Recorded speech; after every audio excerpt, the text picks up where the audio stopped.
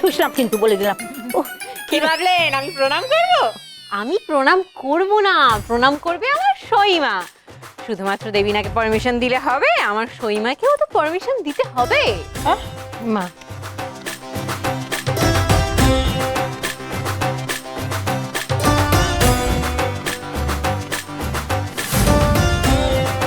বাবা, এত সাজের ঘটা কেন? হ্যাঁ, সেজে গুজে সাত সকালে প্রণাম কেন? মা পরীক্ষা আছে মা, পরীক্ষা দিতে যাব। ও পরীক্ষা, ইন্টারভিউ দিতে যাবে বলে পরীক্ষার দোহাই দিচ্ছ সহচরী সেনগুপ্ত? মিথ্যে কথা বলছো। দেওয়াচ্ছি তোমার ইন্টারভিউ। হ্যাঁ পরীক্ষা পরীক্ষা পরীক্ষা দিতে যাবে? দুজনেরই। সেজে গুজে পরীক্ষা দিতে যাবে? বাবা, তোমার তো উন্নতি কম হচ্ছে না। আমি বাপু স্পষ্ট কথা বলি, তোমার কলেজে পড়াতে আমার কিন্তু মত নেই, কিন্তু তুমি ভাবলে কি করে? হ্যাঁ, তোমার পরীক্ষার জন্য আমি আশীর্বাদ করব। মা, আমার তো আর মা নেই, আর বিয়ের পর থেকে তো আপনিই একজন মানুষ যাকে আমি মা বলে ডাকি। আপনি আশীর্বাদ না করলে আমি জীবনে এগোবো কি করে মা? তাই আশীর্বাদ তো আমার চাই মা। ছুঁয়ো না, কিন্তু না, মা। দিচ্ছি, ছুঁয়ো না। হ্যাঁ, মানে পুজো দেবো তো, সবে স্নান সেরে এসেছি। আরে বাবা, আশীর্বাদ নিতে গেলে তোমাকে তো অপেক্ষা করতে হবে।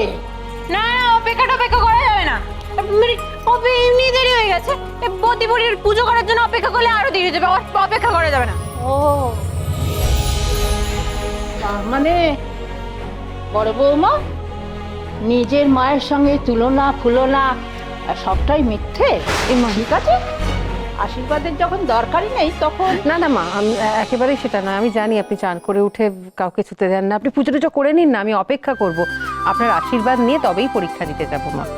আমি যতক্ষণ না আসবো তুমি অপেক্ষা করো। হ্যাঁ মা। ঠিক। সইমা, হ্যাঁ তোর সাথে আমার ইম্পর্টেন্ট কথা আছে, চল এখান থেকে। হ্যাঁ মা। চল। মা, দিদি ভাই কলেজ যাবে পরীক্ষা দিতে আর আপনি আশীর্বাদ করবেন? তাহলে তো দিদি ভাইয়ের পড়াশোনাটাকে আপনি মেনে নিলেন মা। তাহলে এই যে লোক আসছে, কত কথা বলছে পাড়ার লোকজন, তাদের মুখ বন্ধ করার জন্য আমরা যে এত কিছু করলাম, সব তার মানে বৃথা হয়ে গেল। তার মানে শুধু আমি একা খারাপ হয়ে গেলাম আর আপনারা আমি দুধে মিশে গেলেন। কে বলেছে আমি সব মেনে নিয়েছি?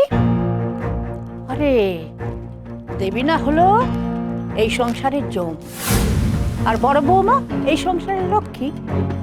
লক্ষ্মীকে যদি ঠিক মতো বলতে না পারি, তাহলে 5 মাস কাকে দিয়ে খাটাবো? হ্যাঁ মা, কিন্তু আপনার লক্ষ্মী তো চঞ্চলা মা।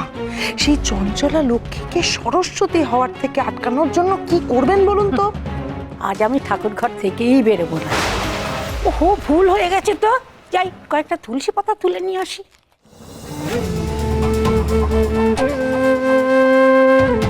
আপনি যান, তুলসী পাতা আনুন, আর আমি আপনাকে ফেলবার ব্যবস্থা করছি। এটা তুই কেন মেনে নিলি বল? কেন? তাহলে আর কি করতাম ধিঙ্গি? কি করতাম মানেটা কি? ইন্টারভিউ দিয়ে তোকে কলেজে যেতে হবে, কখন কি করবি তুই? সময় বেরিয়ে যাচ্ছে।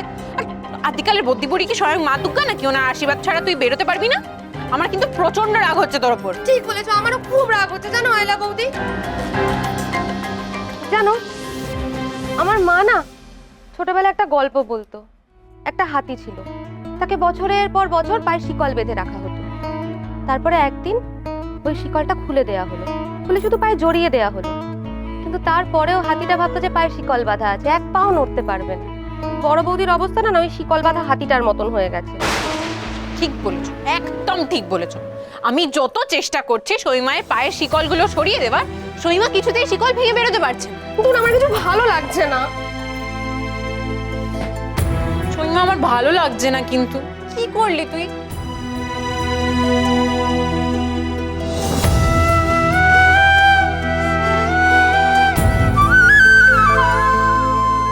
দূর, ভাল লাগে না। বড় বৌদিকে কতবার বলেছি একটু কঠোর হও, কঠিন হও, তা না। কে শোনে কার কথা? এরকম নরম মাটি দেখে তো বেড়াল আঁচড়াবেই। ধ্যাৎ।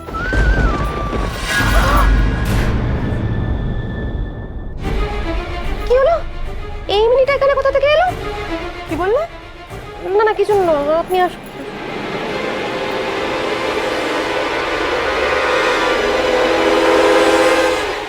ভূতনি হঠাৎ রান্নাঘরে কি করছিল?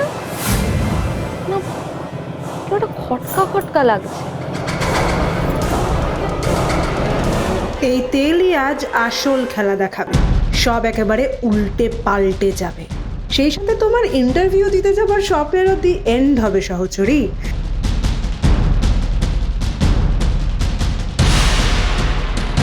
হরি হরি হরি হরি।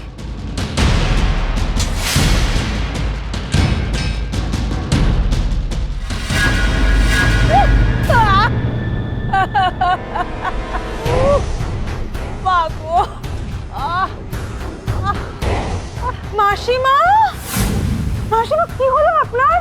হ্যাঁ কি হলো, পড়ে গেছেন নাকি? ঠিক আছেন তো? আহারে, ষাট ষাট ষাট, কোথায় লেগেছে কোথায় লেগেছে দেখি কোথায় লেগেছে। হ্যাঁ পা ভেঙে গেল নাকি? এ বাবা, আমার হাতে তেল লাগছে কোথা থেকে? এ কি মা, তেল ফেলেছে না? কোথায় কোথায়? কি করে পড়ে গেলে তুমি?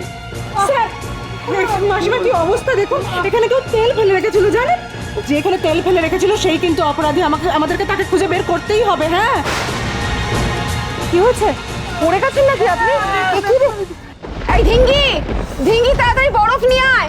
এই কাজল, জল নিয়ে আয়, জল নিয়ে আয়, জল করে একলা জল নিয়ে আয়, খুব জোরে পড়ে গেছে। খুব জোরে পড়ে গেছে। দেখেছেন তো স্যার, মাসিমার কি অবস্থা। আসল অপরাধীকে কিন্তু খুঁজে বার করতেই হবে। এই দেবী না, তুই চুপ করে।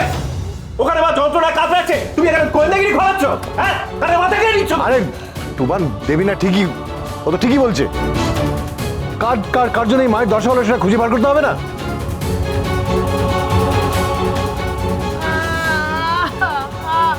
ঠাকুর ঘরে কে গেছিল?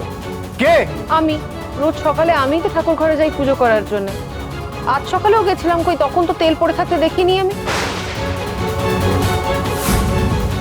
দেখবেন কি করে, তেল ফেলেছেন আপনি।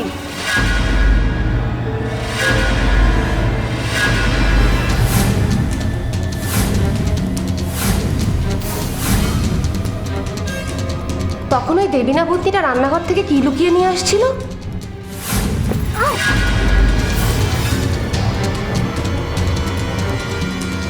এই মুড়িটা এখানে কোথা থেকে এলো? তেলের শিশিটাই লুকাচ্ছিল না তো? না না, আমাকে কিছু একটা করতেই হবে, টিপু দাদাকে সবটা বলতেই হবে। কি সহচরী বলুন, তেলটা যে আপনি ফেলেছেন সেটা বলুন সবাইকে। কি বলছো কি তুমি দেবী না? যা মুখে আসছে বলে যাচ্ছ। আমি শুধু শুধু তেল ফেলতে যাবো কেন ঠাকুর ঘরে? মা ব্যথা করছে না? এখানে ব্যথা করছে দেখি। পুজো করার সময় প্রদীপে তেল আপনিই দিয়েছিলেন নিশ্চয়ই, আর তখনই আপনি তেলটা ফেলেছেন।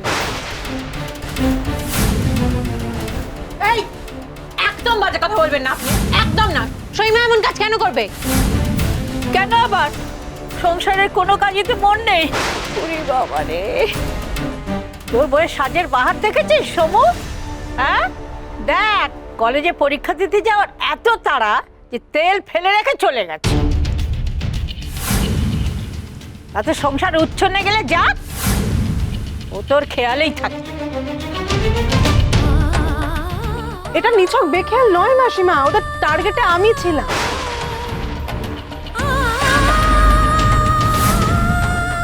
দেখুন মাসিমা, আপনি তো আমাকে এই বাড়ির ঠাকুর ঘরে পুজো করার পারমিশন দিয়েছেন, সেটা সহচরী বা বরফি কারোরই কিন্তু সহ্য হয়।